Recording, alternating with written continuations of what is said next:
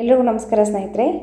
ಇವತ್ತು ಶೇಂಗಾ ಚಟ್ನಿ ಪುಡಿಯನ್ನು ಹೇಗೆ ಮಾಡ್ಕೊಳ್ಳೋದು ಅಂತ ತೋರಿಸ್ಕೊಡ್ತಾ ಇದ್ದೀನಿ. ತುಂಬ ಸುಲಭವಾಗಿರುತ್ತೆ, ಅಷ್ಟೇ ರುಚಿಯಾಗಿರುತ್ತೆ.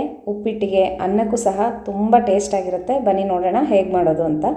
ಮೊದಲಿಗೆ ಶೇಂಗಾವನ್ನು ಹುರ್ಕೋಬೇಕು. ನಾನಿಲ್ಲಿ 1 ಬೌಲ್ ಆಗಷ್ಟು ಶೇಂಗಾ ತೊಗೊಂಡಿದ್ದೀನಿ. ಕಡಲೆ ಬೀಜ ಅಂತಲೂ ಹೇಳ್ತೀವಿ. ಇದನ್ನು ಚೆನ್ನಾಗಿ ಹುರಿಬೇಕು. ಕಡಲೆ ಬೀಜ ಹುರಿಯುವಾಗ ನಾವು ಕಬ್ಬಿಣದ ಬಾಣಲಿ ಅಥವಾ ಈ ಥರದ್ದು ಇಂಡಾಲಿಯಂ ಬಾಣಲಿಯಲ್ಲಿ ಹುರಿದ್ರೆ ತುಂಬ ಚೆನ್ನಾಗಾಗುತ್ತೆ.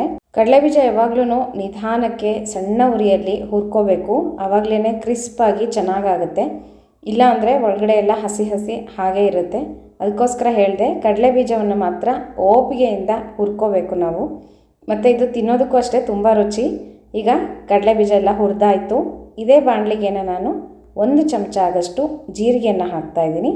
ಜೀರಿಗೆ ಸ್ವಲ್ಪ ಅಡುಗೆಗಳಲ್ಲಿ ಯಥೇಚ್ಛವಾಗಿ ಬಳಸ್ರಿ, ಆರೋಗ್ಯಕ್ಕೆ ತುಂಬ ಒಳ್ಳೆಯದು ಮತ್ತು ಜೀರ್ಣಶಕ್ತಿ ಹೆಚ್ಚಾಗುತ್ತೆ. ನೋಡಿರಿ, ಹೀಗೆ ಕೆಂಪಗೆ ಪರಿಮಳ ಬರೋ ತನಕನೂ ಜೀರಿಗೆಯನ್ನು ಹುರಿದು ತೆಕ್ಕೊಳ್ಳೋಣಂತೆ. ಈಗ ಖಾರಕ್ಕೆ ನಾನು ಮೆಣಸಿನ್ಕಾಯಿನ ಹಾಕ್ತಾಯಿದ್ದೀನಿ. 4 ಗುಂಟೂರು ಮೆಣಸಿನ್ಕಾಯಿ ಮತ್ತು 6ರಿಂದ 7 ಬ್ಯಾಡಗಿ ಮೆಣಸಿನ್ಕಾಯಿ ಹಾಕಿದ್ದೀನಿ. ನೀವು ಯಾವುದಾದ್ರೂ ಒಂದನ್ನು ಬಳಸ್ಕೋಬೋದು.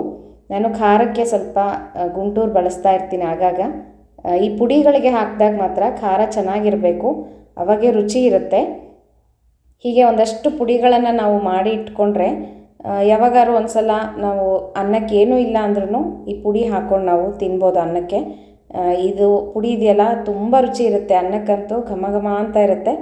ಈಗ ಇದಕ್ಕೆ ಒಂದು ಸ್ವಲ್ಪ ಹುಣಸೆ ಹಣ್ಣನ್ನು ಹಾಕಿದ್ದೀನಿ ನಾನು. ಸ್ವಲ್ಪ ಹಿಂಗೆ ಹಾಕಿಬಿಟ್ಟು ಹುಣಸೆ ಹಣ್ಣು ಬೆಚ್ಚಗೆ ಮಾಡಿಕೊಂಡ್ರೆ ನಮಗೆ ಗ್ರೈಂಡರಲ್ಲಿ ಅಂದರೆ ಮಿಕ್ಸಿಯಲ್ಲಿ ಚೆನ್ನಾಗಿ ನುಣ್ಣಗಾಗುತ್ತೆ ಅಂತ. ಈಗ ಮೆಣಸಿನ್ಕಾಯಿ, ಜೀರಿಗೆ ಮತ್ತು ಹುಣಸೆ ಹಣ್ಣು ಇದಿಷ್ಟನ್ನು ಫಸ್ಟು ನಾನು ಮಿಕ್ಸಿ ಮಾಡ್ಕೊಂಡ್ಬಿಡ್ತೀನಿ. ಸ್ವಲ್ಪ ಉಪ್ಪು ಸೇರಿಸ್ಕೊತೀನಿ ಇದಕ್ಕೆ, ಹಾಗೆಯೇ ಬೆಲ್ಲ.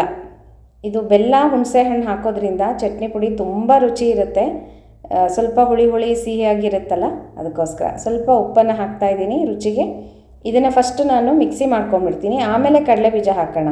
ಇಲ್ಲ ಅಂದರೆ ಕಡಲೆ ಬೀಜ ಹಾಕಿಬಿಟ್ರೆ ಮುದ್ದೆ ಮುದ್ದೆ ಆಗಿಬಿಡುತ್ತೆ, ಇದೆಲ್ಲ ನುರಿಯೋದಿಲ್ಲ. ಅದಕ್ಕೋಸ್ಕರ ಮೆಣಸಿನ್ಕಾಯಿ ಎಲ್ಲ ಪುಡಿಯಾಗಿದೆ.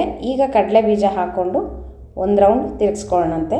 ಸ್ವಲ್ಪ ಕಡಲೆ ಬೀಜ ಬೇಗನೆ ನುಣ್ಣಗಾಗೋದಿಲ್ಲ, ಈ ಥರ ಮುದ್ದೆ ಮುದ್ದೆ ಆಗಿ ಕೂತ್ಕೊಂಡ್ಬಿಡುತ್ತೆ. ಆಗಾಗ ನೋಡ್ತಾ ನೋಡ್ತಾ ಕೈ ಆಡಿಸ್ತಾ ಮಿಕ್ಸಿ ಮಾಡ್ಕೊಳ್ರಿ. ಚಟ್ನಿ ಪುಡಿ ಅಂತೂ ಘಮ ಘಮ ಅಂತ ಇರುತ್ತೆ ಮತ್ತು ರುಚಿ ಅಂತೂ ನಾಲ್ಗೆಗೆ ಆಹಾ, ತಿಂತಾಯಿದ್ರೆ ಎಷ್ಟು ಚೆನ್ನಾಗಿರುತ್ತೆ ಸ್ನೇಹಿತರೆ.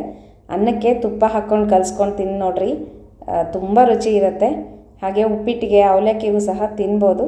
ಈ ಥರ ಚಟ್ನಿ ಪುಡಿಗಳನ್ನು ಒಂದಷ್ಟು ಹೇಳ್ಕೊಡ್ತೀನಿ, ಮಾಡಿ ಇಟ್ಕೊಳ್ರಿ ನೀವು ಸಹ. ಯಾವಾಗಲೂ ಒಂದೇ ಥರ ಬೇಳೆಗಳು ಹಾಕಿ ಮಾಡ್ಕೊತಾನೆ ಇರ್ತೀವಿ. ಮತ್ತು ಹುರ್ಗಡ್ಲೆ ಅದನ್ನು ಅಷ್ಟೇ ಪುಡಿ ತುಂಬ ಚೆನ್ನಾಗಿರುತ್ತೆ, ಕಡಲೆ ಪುಡಿ ಅದನ್ನು ತೋರಿಸಿದ್ದೀನಿ ಚಾನಲಲ್ಲಿ. ಮತ್ತು ಇದು ಶೇಂಗಾ ಪುಡಿ ತುಂಬ ರುಚಿಯಾಗಿರುತ್ತೆ. ನೀವು ಎಲ್ಲ ಟ್ರೈ ಮಾಡಿರಿ, ಹೇಗೆ ಬಂತು ಅಂತ ತಿಳಿಸೋದು ಮರಿಬೇಡ್ರಿ ಸ್ನೇಹಿತರೆ. ಮತ್ತು ಮುಂದಿನ ವಿಡಿಯೋ ಒಟ್ಟಿಗೆ ಸಿಗೋಣ. ನಮಸ್ಕಾರ.